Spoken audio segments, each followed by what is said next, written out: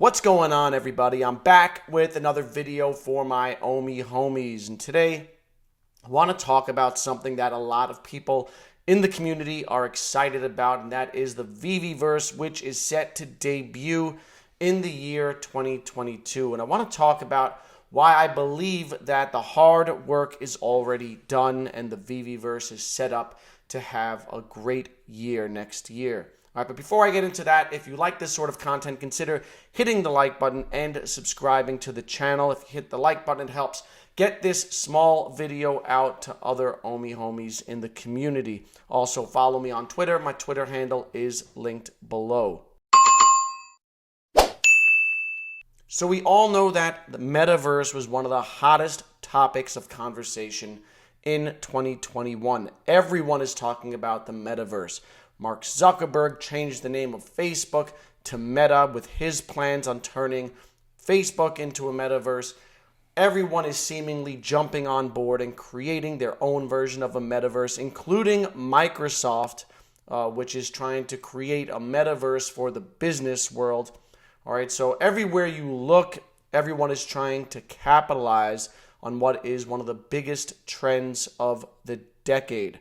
All right, but what exactly is a metaverse and what will it look like? I think at its heart, a metaverse will just be an extension of the internet, in that it will be a platform for people to congregate and socialize in a decentralized way. It's a way to connect with people and engage with people who share similar interests. That's all that the metaverse is. It's a place for people to connect with one another in the digital world. So who will win the metaverse? There won't be a winner. There will be many metaverses that ultimately one day will connect to one another through interoperability, but at first they're going to be separate from one another, and they're going to be a whole bunch of different metaverses which cater to a whole bunch of different communities. All right, and this is the number one reason why I know that the Veveverse will succeed. It's because the hard part is already done.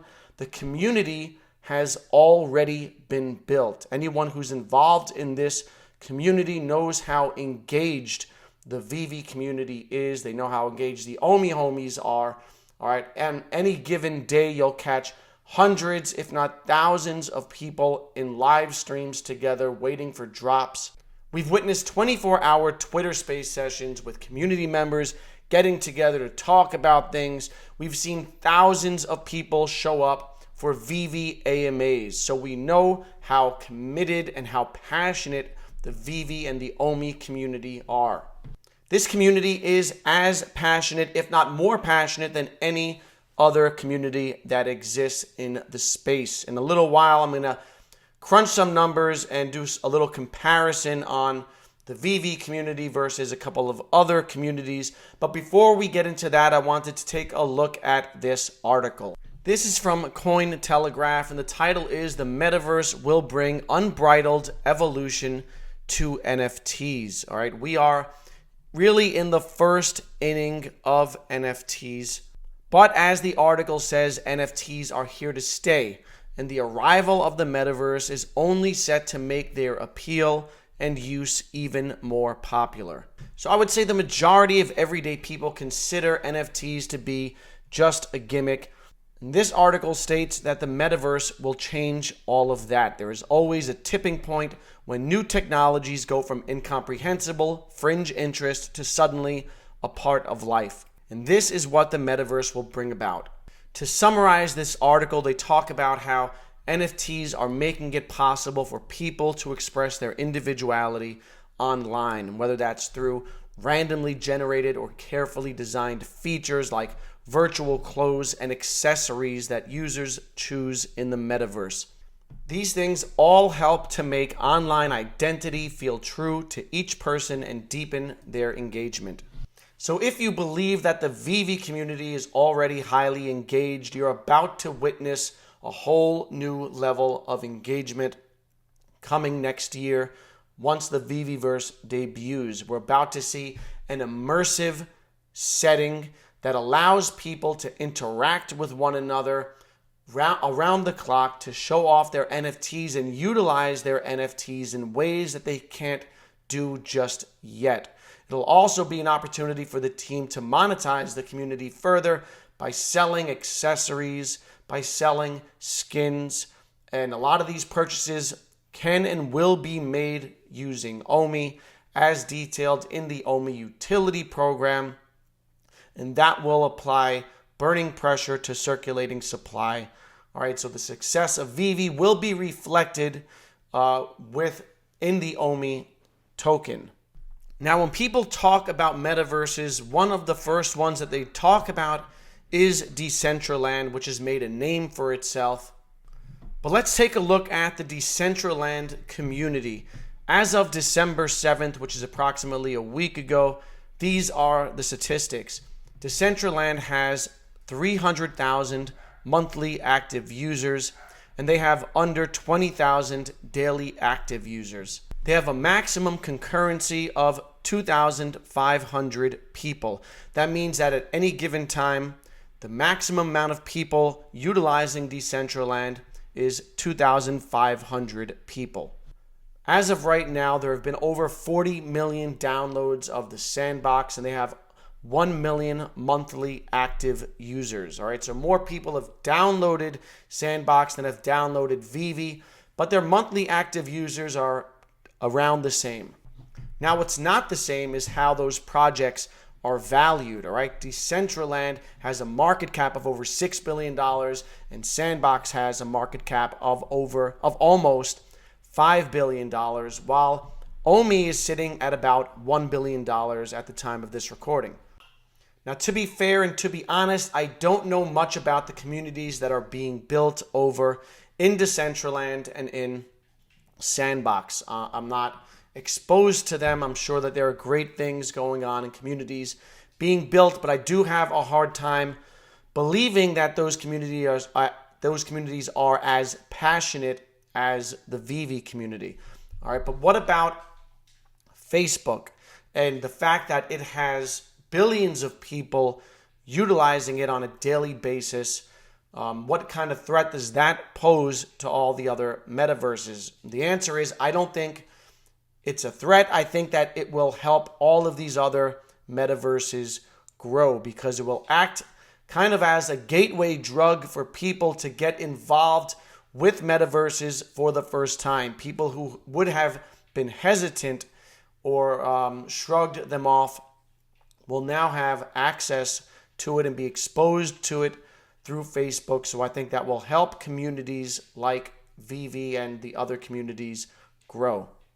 All right, because in the end, like I said earlier, it's not about winner take all. You look at Roblox and Fortnite, those are two early examples of metaverses, and both are thriving, all right, because they connect to different audiences, and sure, there is some overlap, but there are plenty of people to go around. Now, one of the things that I'm most excited about with the Veveverse is seeing how NFTs are utilized in ways that we haven't thought of. For instance, in an interview with NFT Pirates earlier in the week, David, you talked about the idea of Coke being drinkable inside the metaverse. All right, so think about all of the ways that these partnerships and these NFTs can be maximized. Think about the Citrion partnership and all of the other car partnerships that are inevitable, and the fact that you'll be able to drive these NFTs in the Veveverse, possibly competing in games that could one day be play-to-earn games. Think about the fact that artist Frank Kozik has already said that Labbits will be breedable in 2022. He stated in a tweet the other day that Labbit breeding will happen sometime in late 2022 for pets or food, you decide. So all of these things are made possible because of the Veveverse, and they bring about new levels of engagement for the community and new ways to use your NFTs. And there are going to be things that we haven't thought about that will be made possible by the Veveverse. All right. And also, we're going to be getting New types of collectibles. David, you has already said this. One of them may be cards. So imagine cards are released. Imagine Pokemon cards are released in 2022, and there's a section of the Veveverse to get together with other community members to engage in card games. All of these things are possible. New levels of engagement will emerge, and this world will become truly immersive. But like I said at the beginning of the video, to me, the hard work has already been done because the community is here. The community has been built, and now they just need to execute on the Veveverse. And this is why I'm happy that they are taking their time. If they had rushed it out to be released in 2021, it likely would have disappointed a lot of people. I'm happy that they're taking their time and putting forth the best product possible. And consider that by the time the Veveverse comes out, middle of 2022, we are likely to have well over 3 million active users, all right? Possibly as many as 5 million users. So Veve is growing exponentially, and the Veveverse will help to further engage and keep people inside of the community. All right, so let me know what you think down in the comments below. Are you looking forward to the Veveverse, and what are you most looking forward to? As always, if you like the content, hit that like button on your way out. Consider subscribing to the channel. I hope you all have a great weekend. Stay happy, stay healthy, and stay safe. I will see you in the next video.